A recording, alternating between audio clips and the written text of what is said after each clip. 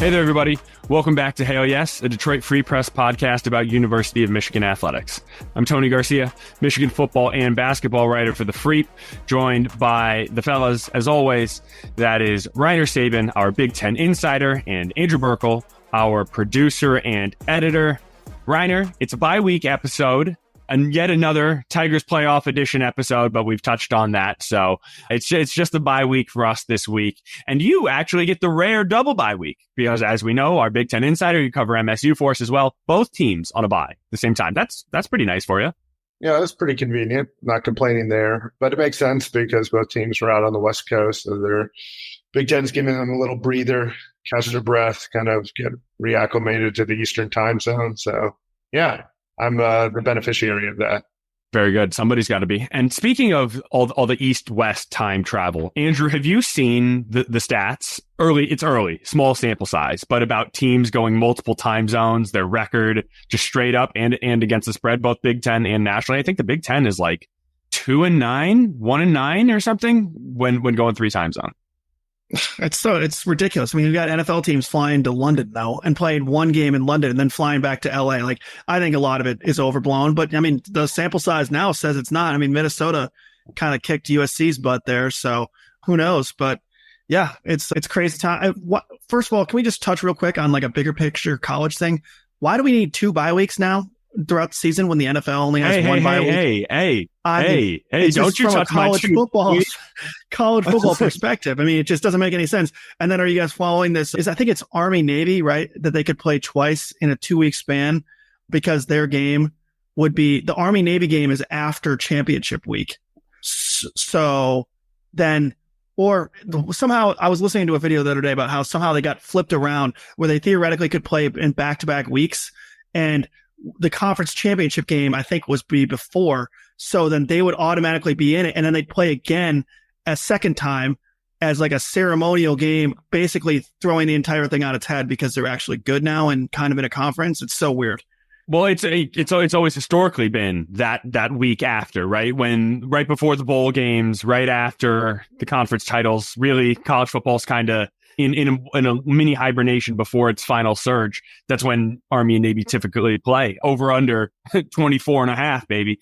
And so I hadn't heard that. I actually hadn't seen that. But I mean, yeah, they're both, I mean, at least one of them's 5-0, right? Maybe both 6-0. I don't know. Both 6-0. There you go. What's the best win? Either best win offhand before we move this along? Yeah, I know Navy crushed Memphis, I think. I saw.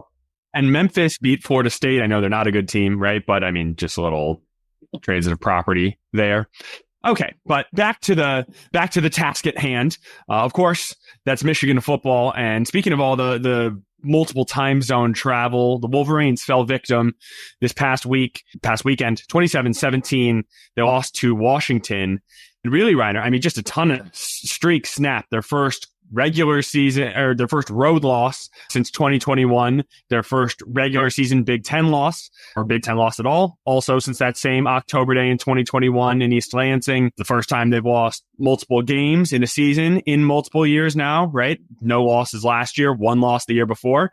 I mean, just on and on. It's not a good type of unprecedented because it is now happening, but the positive is, none of these players can even relate to this because there's been so much winning lately. But now this episode is going to be sort of a first half season review.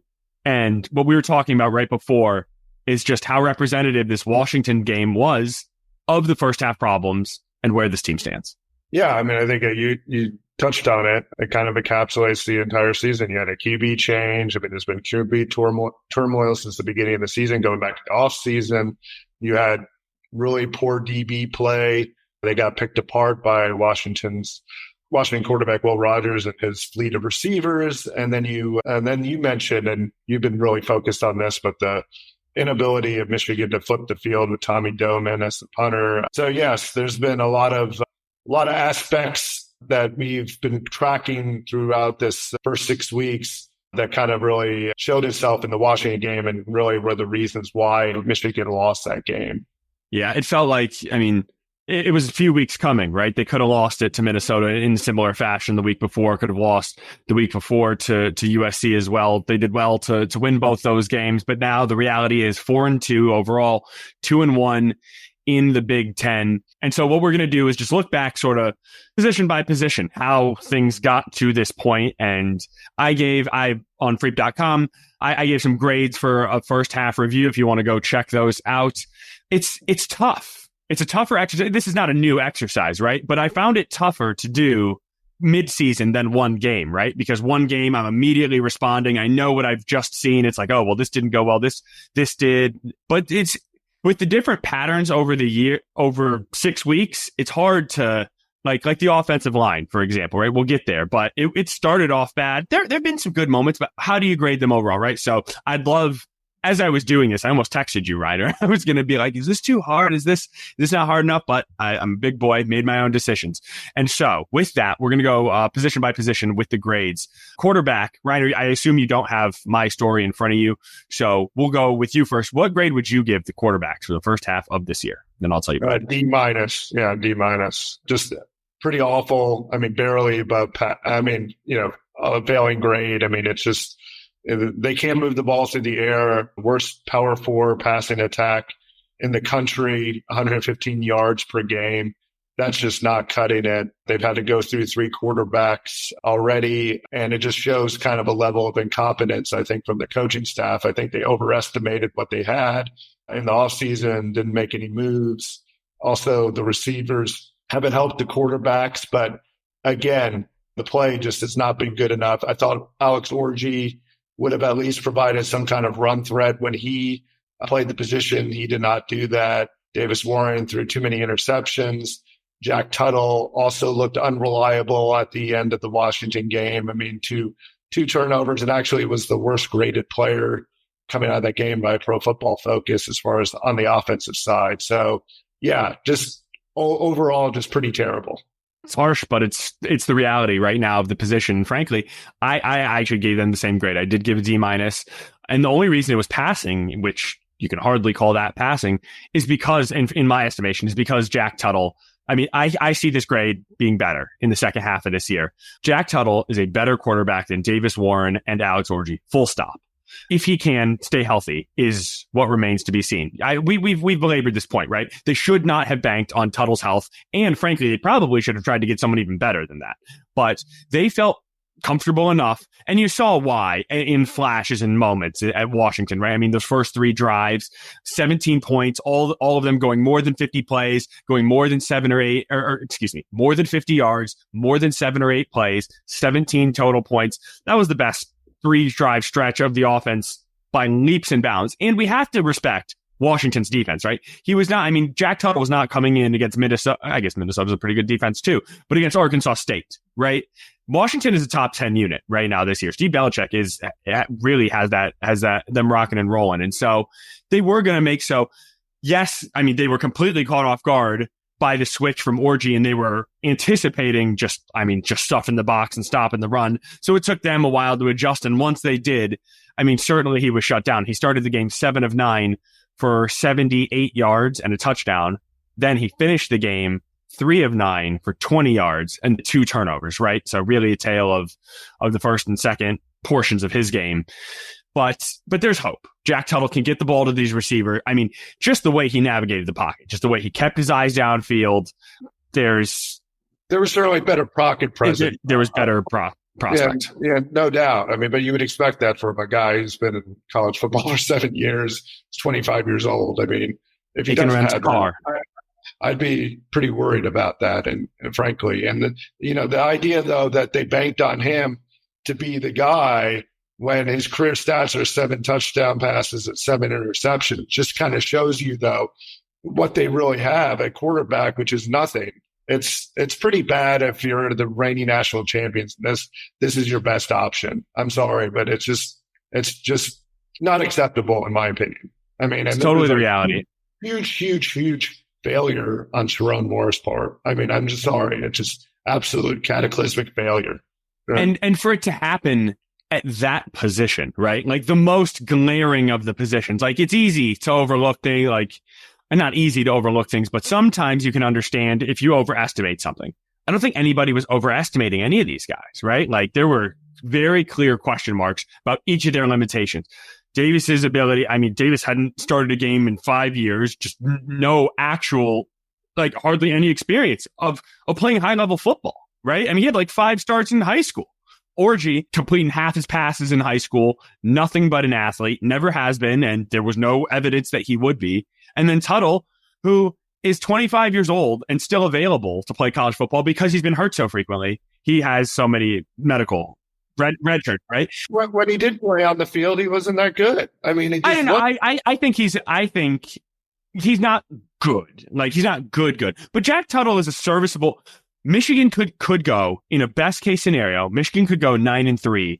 Maybe it could have gone a 10-2, right? Like, I see that sort of team with Jack Tuttle, a 9-3 team. Without Jack Tuttle, they were headed to 6-6, and now I think it's going to be somewhere in the middle. Maybe. I mean, I don't know. I mean, again, then the schedule on the back half is actually really tough, and so I do wonder. Front half was no cupcake either, right? I mean, Texas, UST, Washington. But I think the second half, I mean, is clearly shaping up to be much tougher. I mean, with Illinois being much better than anticipated, Indiana being much better than anticipated, Oregon's got a legit, really good defense, and that's always been the case with Dan Lanning. And Ohio State also has an incredibly good defense, plus they have incredible firepower on offense. It's going to make it really hard for Michigan to keep up with. So, I mean, there's a lot that's going to be against Jack Tuttle if he's playing quarterback, because, I mean, especially if he's going against Oregon, Ohio State, they get up early and he's having to throw the ball enough, he's going to get exposed in that. And so I'm not confident in what's going forward for Michigan right now especially at the quarterback position. It's tough sledding moving forward, but I just feel better with Tuttle in there. And I want to make my little quip, right? So Ryan Williams, right, the star receiver for Alabama, like 2 weeks ago, he was still 17 years old, so he could not vote. Jack Tuttle can rent a car. He's by himself. He's 25, right? Like 25 and 17. I mean, that's NFL age gap dichotomy. It's crazy. It's crazy that people can be 8 years apart.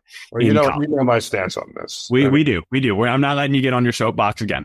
We're moving on, and I do it too. But we're gonna speed this up too, just so we can preview and look forward and what have you. But running backs, Reiner, grade. I'd give it an A. I mean, just because of Khalil Mullins and his performance. I mean, he's carried the offense, or did pretty much up until this last game. Donovan Edwards finally emerged, and I probably would have maybe even given it an A+. I mean, just given the fact that, again, Khalil Mullins was the reason why they won, but probably Donovan's performance has been somewhat underwhelming up until, again, the Washington game. So just a little bit of a downgrade there, but overall A. I mean, again, if they didn't have the running backs, I think they'd really be SOL. So there's just nothing else with this offense that is, seems reasonably great at the moment. And this at least comes close to what they had, at least in 2021, with Hassan Haskins and Blake Corum. Yeah, in retrospect, I hear your rationale, and I think I could go up to A-. Right now, B+ feels a little harsh, which is where I landed, just because it's been very, very good, but they have not been, and Khalil Mullins individually has been fantastic, but this is not the same level. Like, it has taken a little step back, not much, but the slight step back from last year, pretty comparable, but certainly not at the level of 2022. Not that they should be, but that's what I'm thinking about when I'm thinking A+. But they didn't have to carry the offense nearly as much as correct, these guys. And that's why I think I was a little. And that's why I think I was a little hard. And they don't have as good of an offensive line. And literally, Khalil Mullins won that game at USC because he broke all those tackles. I mean, all that second level stuff that he did in that game was the reason why, again, Michigan won that game, because they were dead to rights before that run, the 63-yard run down to the 7-yard line. No, I'm saying you're probably right, and I might have been wrong, which I hate saying more than anything. But no, I mean, I get it.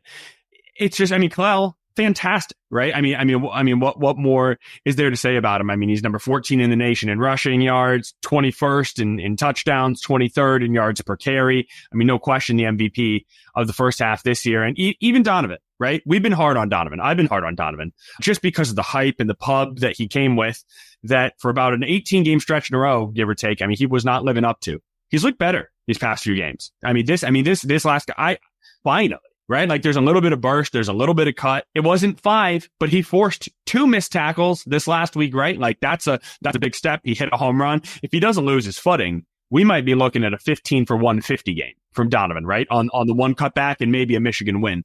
So you're right. I mean, but he was not good for the first month of the year. I mean, and that's really what I was thinking about. I mean, Kalel, I was kind of at like an A. Donovan was a C plus. An A plus. Kalel was an A plus. Kalel was an A plus. Kalel's absolutely an A plus. You're right. And Donovan C plus, which is kind of why I brought him to B plus. Yeah. But Kalel is a heavier weight than Donovan, so it should have gone into the A category. I was just thinking about the effect on the rest of the offense. Like if you took them out of the equation, I think they'd be really this team would be 2-4 probably at best. You know, well, they could have lost to Fresno State too, right? I mean, maybe 1-5. Yeah, you never know. I mean, just because of how important the running game was, even in that one. Wide receivers. F. They're just straight up terrible. I mean, they haven't contributed nothing and have been an extreme liability for this offense.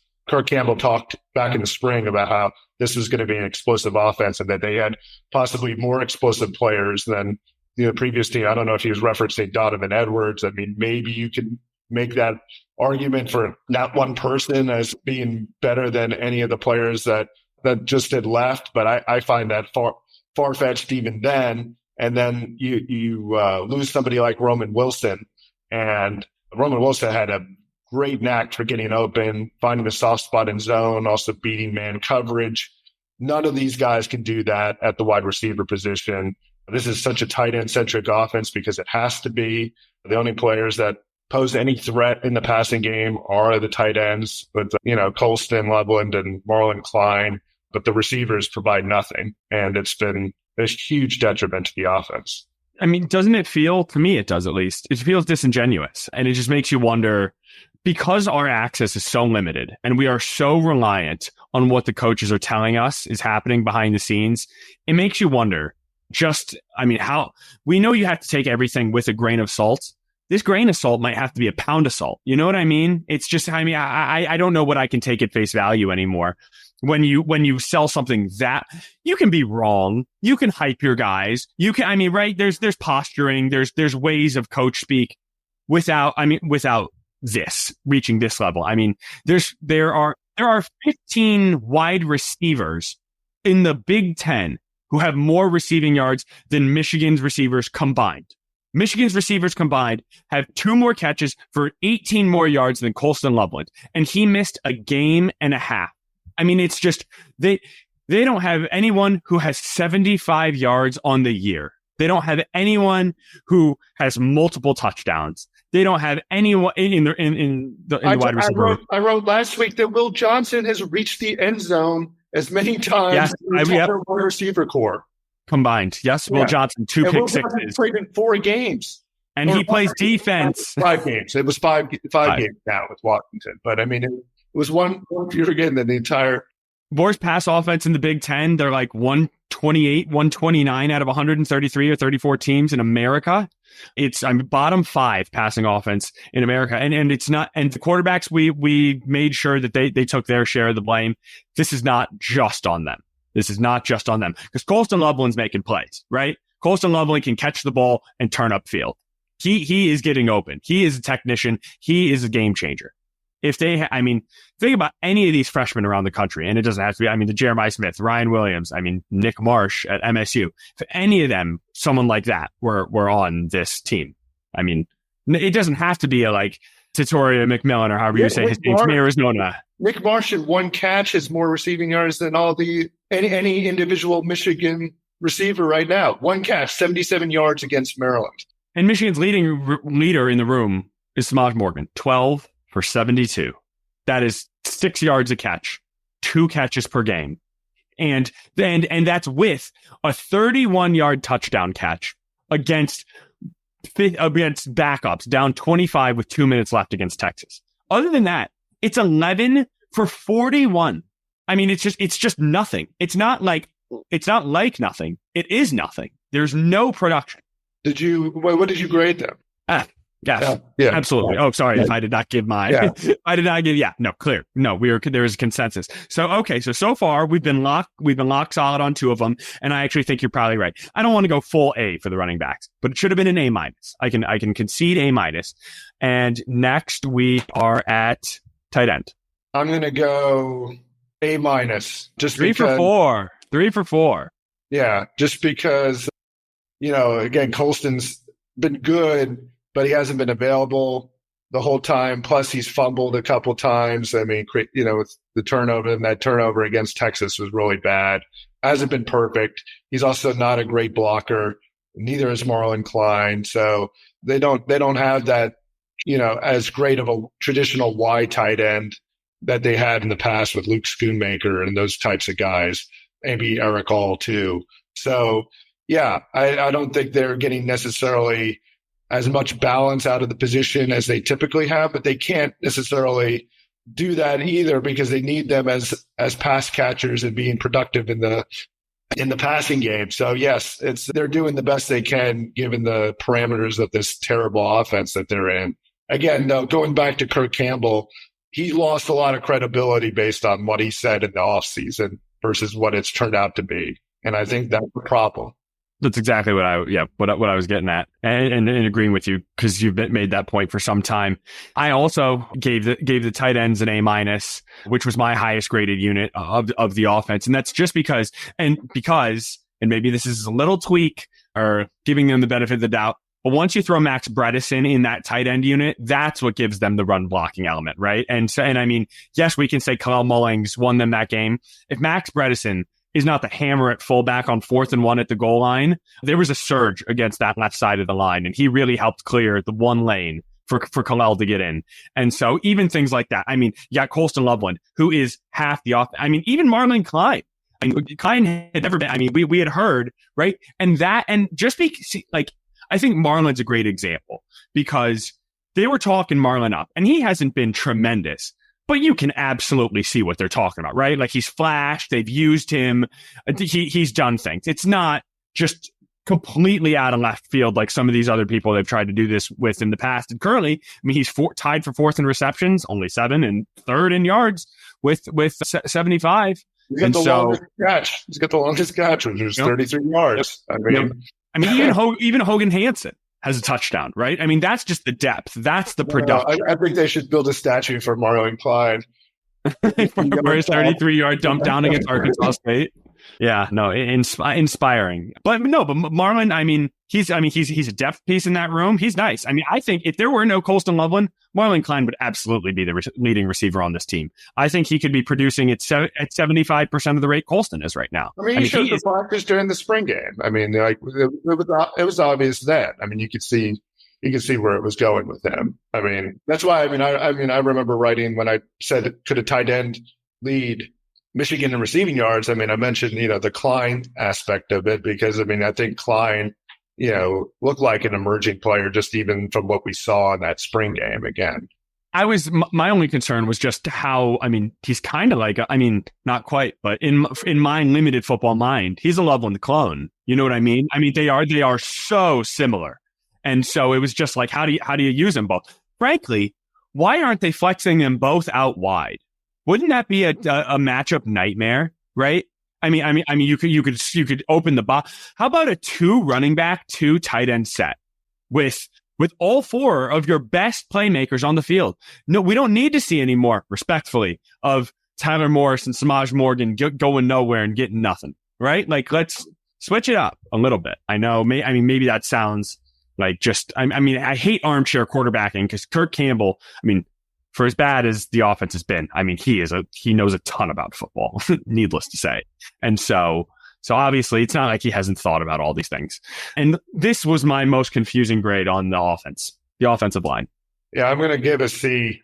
Yeah, You're cheating. You have my story up in front of you. No, I do not. Yeah. Yeah. It's every single thing we've said, like not even like to the plus and the minus. But okay, go ahead. C. Yeah, I think they've just been average. I mean, they decent run blocking, really not great pass blocking. Evan Link has been a weak link. Again, no pun intended. But center has been also not great. again, the Miles Hinton being out last week, concerning. I just don't think that they've been able to quite gel. Josh, Preby has been, average to, at times, Above average, maybe. And then, Giovanni El-Hadi has been okay. There've been some missed assignments there. Yeah, just not up to the level of what Michigan has been used to, and especially in these last 3 years with going 40-3 and really riding that offensive line to that record. And so, yeah, I think it's been somewhat disappointing. And you have to look at the offensive line play as part of the reason why the offense has malfunctioned as much as it has. And that falls on Sharon Moore too, because again, he chose to hire, somebody who's very young to be a, position coach, for something that is very, very technical and very, difficult to manage, I think, at such a young age. I mean, a 27-year-old position coach is tough. And then, he's not able to coach it himself because he's now the head coach. And so he delegated that to Grant Newsome. And maybe it's not the best match at this point right now. Well, by all accounts, I mean, Grant Newsome's on some rising coaching lists, right? Under 30 and did really nice work with the tight ends. He's kind of just following in Sharon's footsteps. This is a major power forward program coming off a national championship. I mean, it was a big move, and you could everything you're saying, and as it often does, could turn out prophetic. I'm not ready to go all the way there yet, but I don't think anything you're saying is unfair. But the room is just exceedingly average. That's just what it comes down to. And then when you have, I mean, even what they're doing at center, right? Like Dom Gadis and Greg Crippen, both have been pretty good. Both have been fine when they're in there. But there's no one guy. Right. And then the fact that Link, he's a true sophomore at right tackle. He's going to take his lumps. Hopefully it's something you learn from. But Sharon Moore said it. He's like, we need more depth behind them. And the fact that Jeff Percy, we've said it, I think, on this podcast before, that Jeff Percy and Andrew Gentry just rendered Link ineffective and out of the rotation at this point also speaks volumes. So there's no high end talent. I mean, Miles Hinton might get drafted. I don't know beyond that, and so, Josh Prebe could, or maybe a late UDFA. I'm just not sure. It's not what it's looked like recently, and everybody can see it. And it's why the offense is in part struggling. And so, Reiner, that brings us to the overall grade for the unit. D. Frankly, just D. Probably it could be worse, but overall, just not getting it done. They haven't cracked 30 points themselves offensively since basically Sharon Morris coached the game. So it's frustrating for Michigan fans probably to watch this after, they had such success last year, averaging 35.7, points per game, and were pretty dominant, obviously, through this first half of the season last year, and really clicking on all cylinders at times, whether it was the run game and the pass game. And so they really regressed in that capacity. So yes, I'm going with a D. And I think that's probably, favorable in some ways. So, just looking back at the game by game, right? Fresno State, they did just barely scrape to 30 points, and that's with a pick six. The next week against Texas, 12 points. The ensuing week, it's Arkansas State, and you only put up 28 points. And Arkansas State, if you remember, had been absolutely gashed on the ground by Central Arkansas and just mediocre teams the first 2 weeks. Against USC, you scored 27, but 2 times you are set up inside the opponent's red zone, right? That led to 14. There was a pick six, and there was a pick six. I'm sorry. USC. Was that where Will Johnson had the pick six? Yeah. USC? Okay, so Minnesota then. I'm sorry. Yes. Will Johnson had the pick six. Yes, I was one game too early. Apologies. Will Johnson, the pick six, sets that one up. Minnesota, you have the Zeke Berry strip and the blocked punt. My bad. They're both 27-24. They're a week apart. And so that game, you have 2 touchdowns set up by short field. So this offense, and then last week he got 17 points. This offense by itself has not really generated more than 23 points in a game. They're kind of 2-3 scores a game, 14, 17. That's where they've been all year. And in 11 possessions, it's just horrific, just absolutely horrific. I gave them a D plus because D just felt mean. I put the plus on it. You could make an argument that it's a complete F. I mean, it's just, you could, but then when you break it down by position, right? There've been bright spots, running backs. I mean, they've been good. The tight ends have been good. It's hard to have, and so overall, this has not been. I mean, it's been darn near a failure, but it's just above. So I think D maybe, yeah, D plus is probably somewhere in that D range. But if you said, hey, this is a failure, this is completely inept, I don't know that I could fault you for that either. So how about we bring in Andrew? He's been editing, working away, but when we laugh at little things like the link, like the Evan link, weak link, it's because Evan you just see a smirk in the side of the screen and it makes us all laugh. So Andrew, I mean, obviously, I guess Reiner and I were pretty, I mean, I don't know if you're impressed that we're in lockstep or if that's a bad thing, just your overall assessment.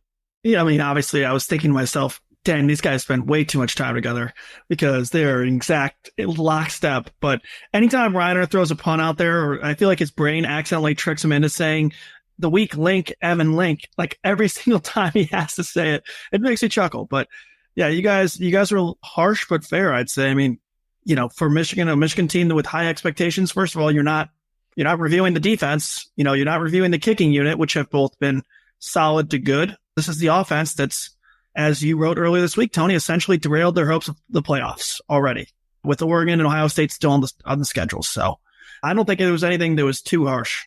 The only thing is, I think maybe you guys banged on the receivers a little too much, because look how the coaches themselves are handling the quarterback situation. They've gone they're on their third quarterback already. They clearly think the quarterback is a problem too. And how much can you really do in an offense where the QB can't be trusted to throw it more than 2 yards down the field if you're a receiver? So I agree. There's been nothing to write home about that group. We might not even know what they're doing right or wrong because the quarterbacks have been so bad, but it's been an unimpressive start for the offense, no doubt. That's very fair. And I'm glad you brought that up, because my final point before we take a quick break will be that the wide receivers, I mean, mainly because you can't be worse, they will be better with Jack Tuttle. I don't know if I said that definitively, but the numbers will be better, even with a tougher schedule and the weather going cold. I still feel confident the wide receivers will put up a better half because of the points Andrew's making. Just they should hopefully find some consistency at that quarterback spot and hopefully gel from there. All right, got to take a quick break, but on the other side, we will preview the second half of the season. Don't go anywhere. This is Hail Yes.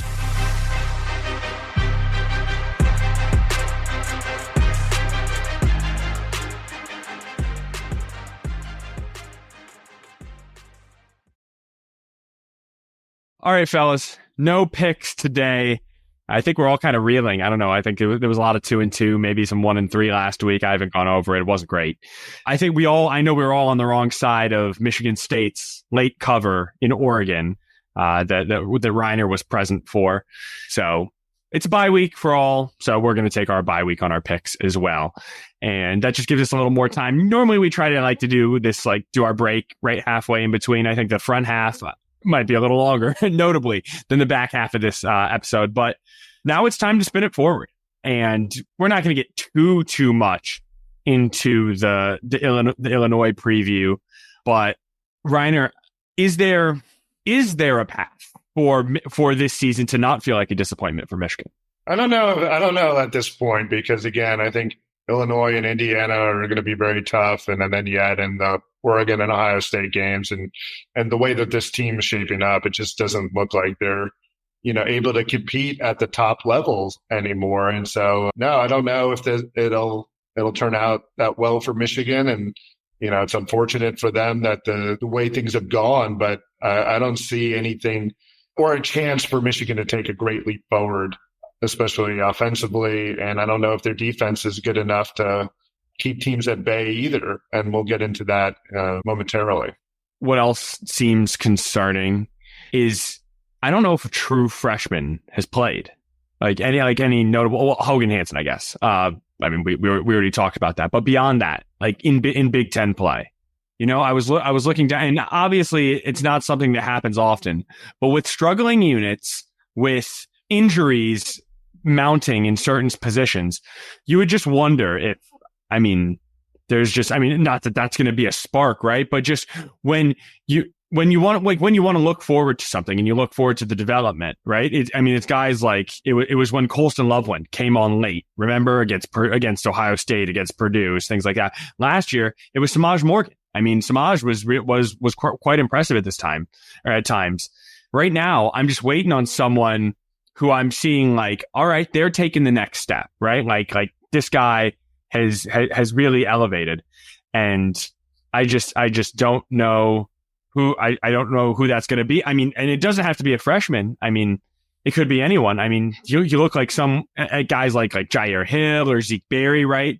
It's 2 steps forward and 1.5 steps back, right? Like the progression is, and they flash. There's especially Jair. I mean, you can see the talent is there, but he's been getting toasted. I mean, teams are not shy to throw at it.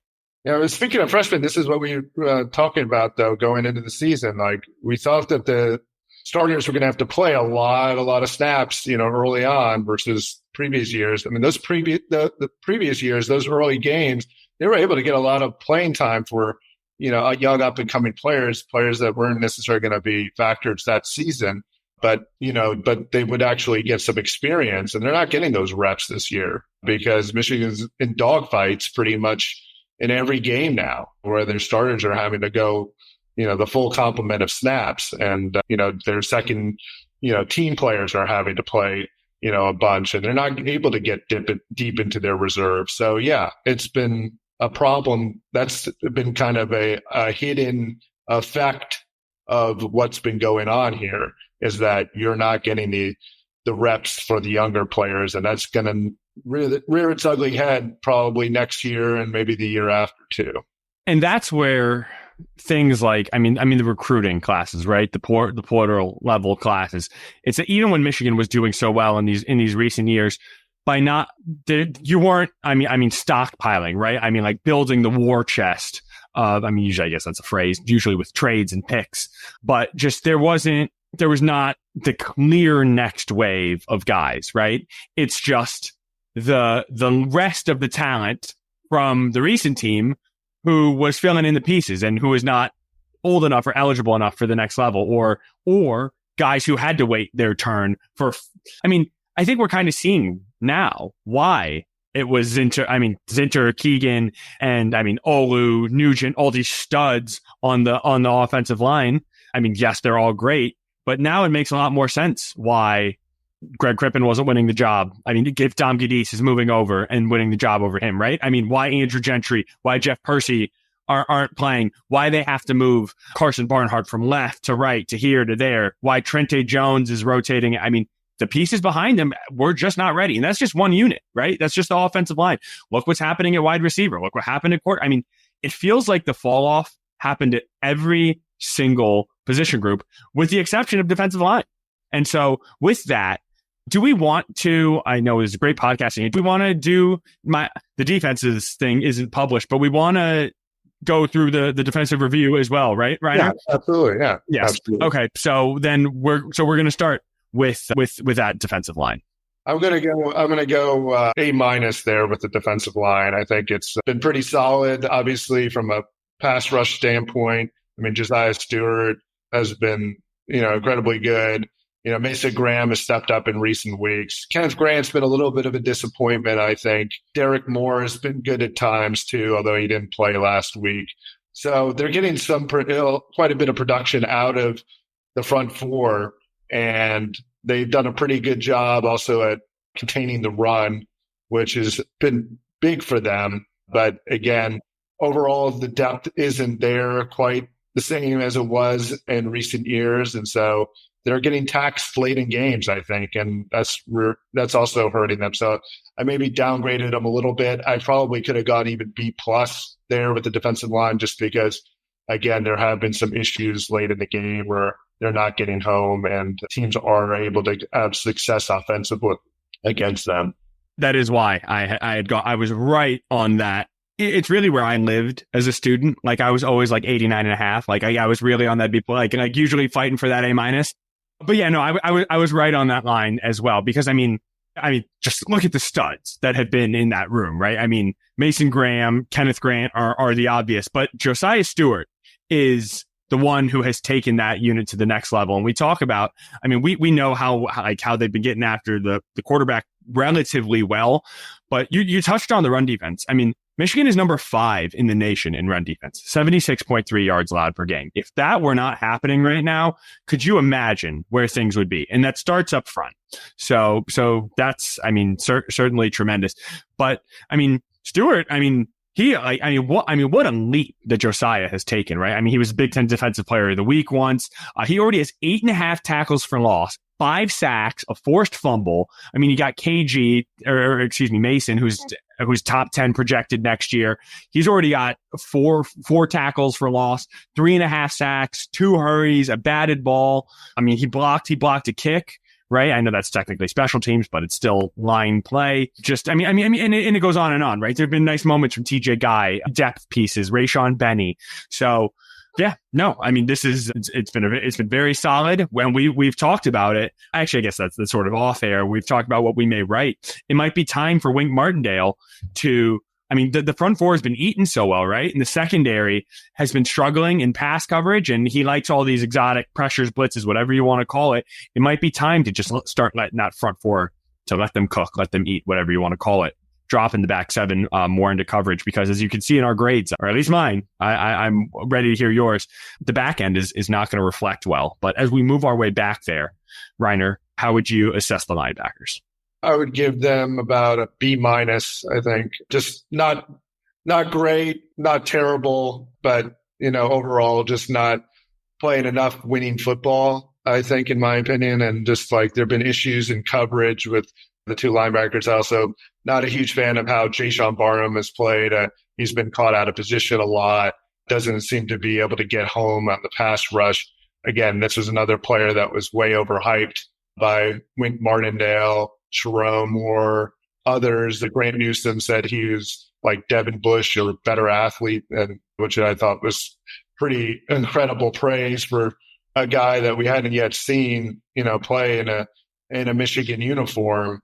And I mean, he had shown flashes at Maryland, but this is not a complete player by any means. Ernest Hausman has been pretty good and better than I thought he would be. And he was also in pass coverage. I mean, he also saw the interception against Washington late in that game. That could have actually been a turning point for Michigan if they took advantage of it, but they didn't. So, yeah, I think overall just not that great. And, the depth is also not there at that position either. I mean, they really don't have many great backups there. So, yeah, it doesn't look good for the future necessarily either. And so B- is my grade. I'm just a tick below C+. I agree. Ernest Hausman, I think, had his best game in a Michigan uniform last week. 12 tackles, the key pick you mentioned. He did give up 4 catches for 51 yards, but I mean, he's a linebacker. He's not a defensive back. But that's still more than you want. But he's been solid in getting downhill, right, filling gaps. He hasn't been out of position a ton. It's not like he's been just a complete liability in pass coverage, and that's really what you want from. And he's been the Mike linebacker, right, wearing the headset, relaying the messages, which frankly might have been Rod Moore's job had he been healthy. So he's stepped up there. But I mean, yeah, Jayshon Barham is a very big disappointment. I mean, his average PFF score right now is 55.8 through 6 games, and an average player is 60. So he has been below average for an average collegiate player. And to come in with this level of pub is just not what you expect. I mean, he only has 1 tackle for loss, right? 30 tackles. And Michigan's linebackers are supposed to rack up the tackles, right? The front four eats the block destruction, and then one of the pillars, and then the linebackers come in and wrap up. And 30 tackles through 6 games. I mean, 5 a game. You got defensive backs right now. I think Jair Hill has almost that many tackles, so it's just not what you want. Not what you want. It was supposed to be, it was supposed to be this kind of game record type, and he's been anything but. Speaking of game records, and maybe not in a good way, the defensive backs, Reiner, your grade for that position. I would give it a D. Yeah, they just have not been nearly good enough. There have been issues. I mean, Will Johnson hasn't even been that great, especially in recent weeks. I mean, aside from the 2 picks, 6 that he had, one against Fresno State and one against USC, that were, came in pretty clutch moments. I mean, he's shown some vulnerabilities and pass coverage that are really surprising. And I think he's probably, fallen a little bit from an NFL evaluation standpoint. Then on the other side, you have Jair Hill, who's just been a huge net negative. And then you have Zeke Berry, who's had his moments, but overall just not strong enough in coverage, seems out of position at times. And then Makari Page has been really underwhelming as a safety back there. I mean, I think they're really missing Rod Moore. And it also, when you look at it, I mean, like the stats are alarming. Michigan's 133rd out of 134 teams in pass completions allowed of 10 or more yards. They've allowed, let me look at this just real quick. And I would imagine while you look at that, whoever's 134 might be like 1-5, right? Like probably one of the worst teams in America. It's so infrequent that you can rank that low and have a winning record. They've also allowed 75 passing first downs, which is 132 out of 134 teams. I mean, that is a huge drop off from where they were a year ago. This was the top defense, scoring defense, top total defense in the country, led the nation in turnover margin. I mean, it was an incredibly good defense, and now it's a shell of itself. They're, among the worst in one significant area, which is pass defense, and it's incredible. And it has to be. And I asked this question. I was to Quentin Johnson. I mean, they had two coaches devoted to the secondary. Plus, you had Jesse Minter, whose background was a secondary coach, who was calling that defense. Now they've gone to Wink Martindale, who's a linebacker coach. That's his area of trade. Yeah. And then they only have one secondary coach, and that's Lamar Morgan. And I think they probably needed a little bit more on that back end there. I mean, they said that, they've got helping out there, and then Brad Hawkins. Yeah, Brad Hawkins. But I mean, like the level of coaching, what they had last year between Jay Harbaugh, Steve Klinkscale, and Jesse Minter, much higher level, I think. And I think that's had a huge impact on that. Plus, again, the loss of Rod Moore. And plus, the loss of Rod Moore, the loss of Mikey Senior still, the loss of Josh Wallace, right? I mean, you lose every position coach, you lose your three best players in the secondary. And this is what it looks like. You're now number 114 in the nation, giving up 260 pass yards a game. I mean, they were second last year with 157. And so it's just, I mean, there's not much left to say beyond what you said. I mean, Jair Hill, Zeke Berry, both kind of getting picked on. They're having their lumps. I mean, each have had really good moments, right? Berry had a big strip and turned the tide. Jair Hill, I mean, just it wasn't like a consequential interception in a game that they had well in hand. But that game, I think at the time, I think it was USC.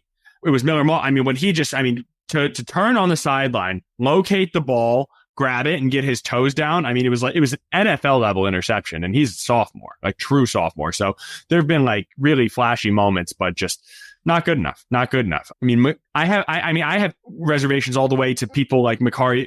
Nothing, again, whenever someone is called out individually, it's nothing personal. It's just, these are my examples of what I've seen. I'm not sure why Makari Page is a captain, in the sense that you need a vocal leader, and he's one of the quietest guys on the team. Right. I mean, it's just things like that. And he's supposed to be orchestrating things from the back. It's not his style. Like, I mean, maybe I'm underselling him. I mean, he's really talented. He has an NFL future. He does, but just, it's been really not good.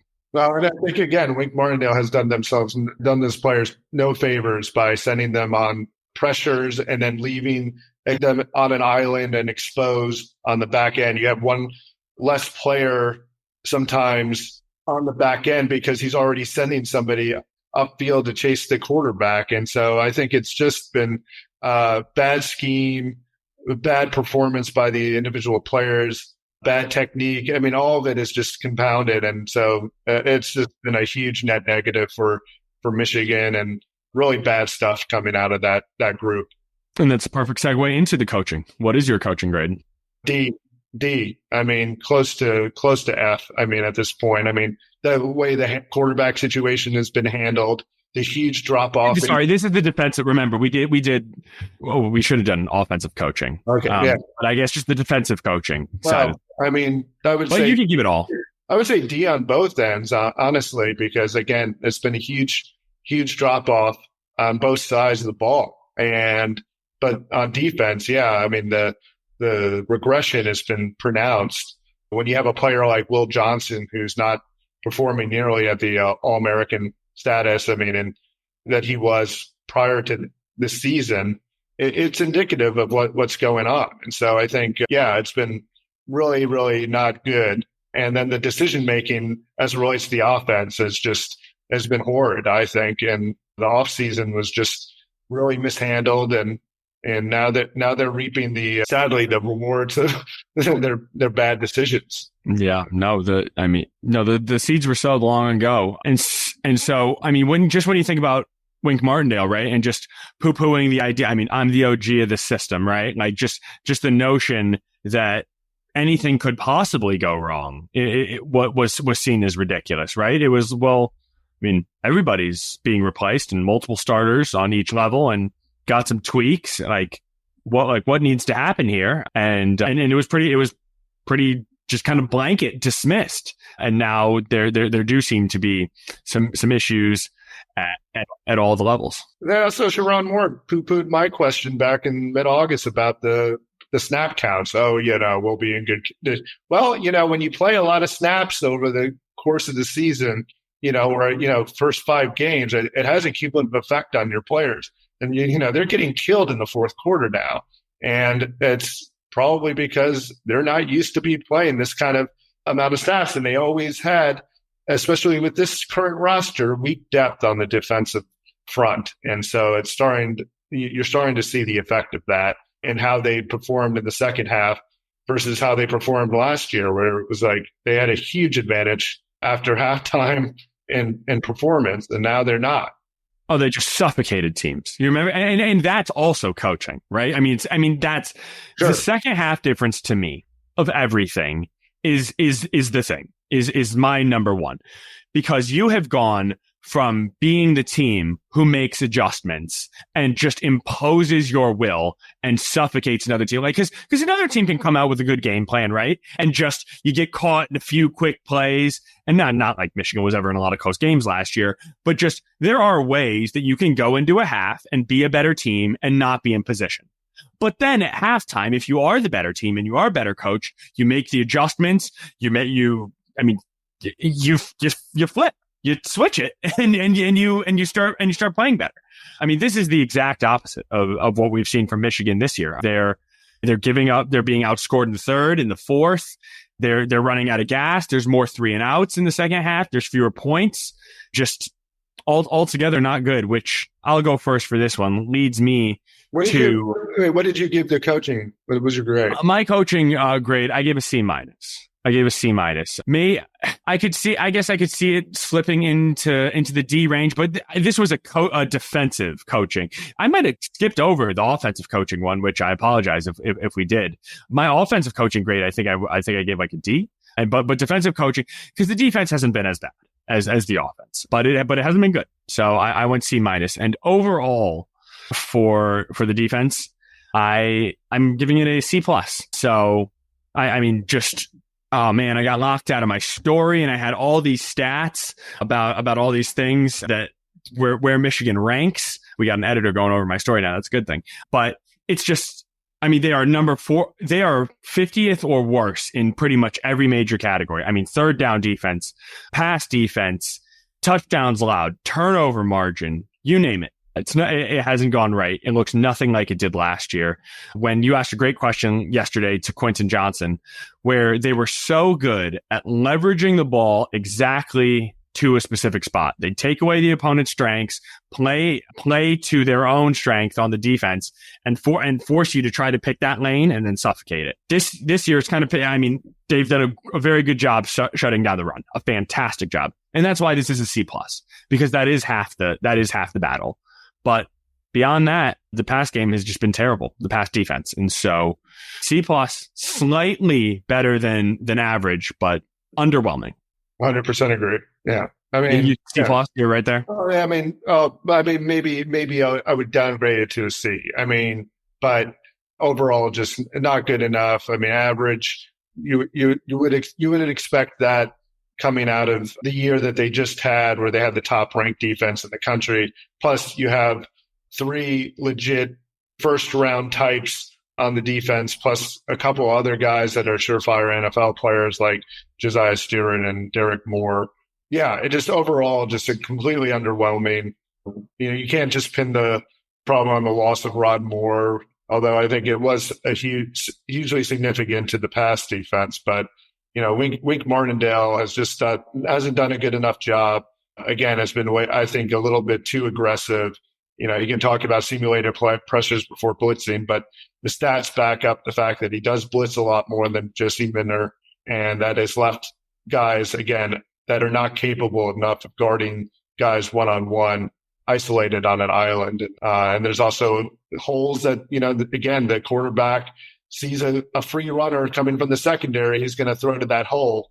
Now, if the guy doesn't get over there quickly enough to defend it, you're in a really bad position. And you've seen that happen a lot of times with Michigan. Out of position, missed tackles, penalties, things that were so infrequent, if not absent last year, have cost this team greatly. And that's why they are where they are. Barely inside the top 25, needing, frankly, probably to run the table in the back half of this year.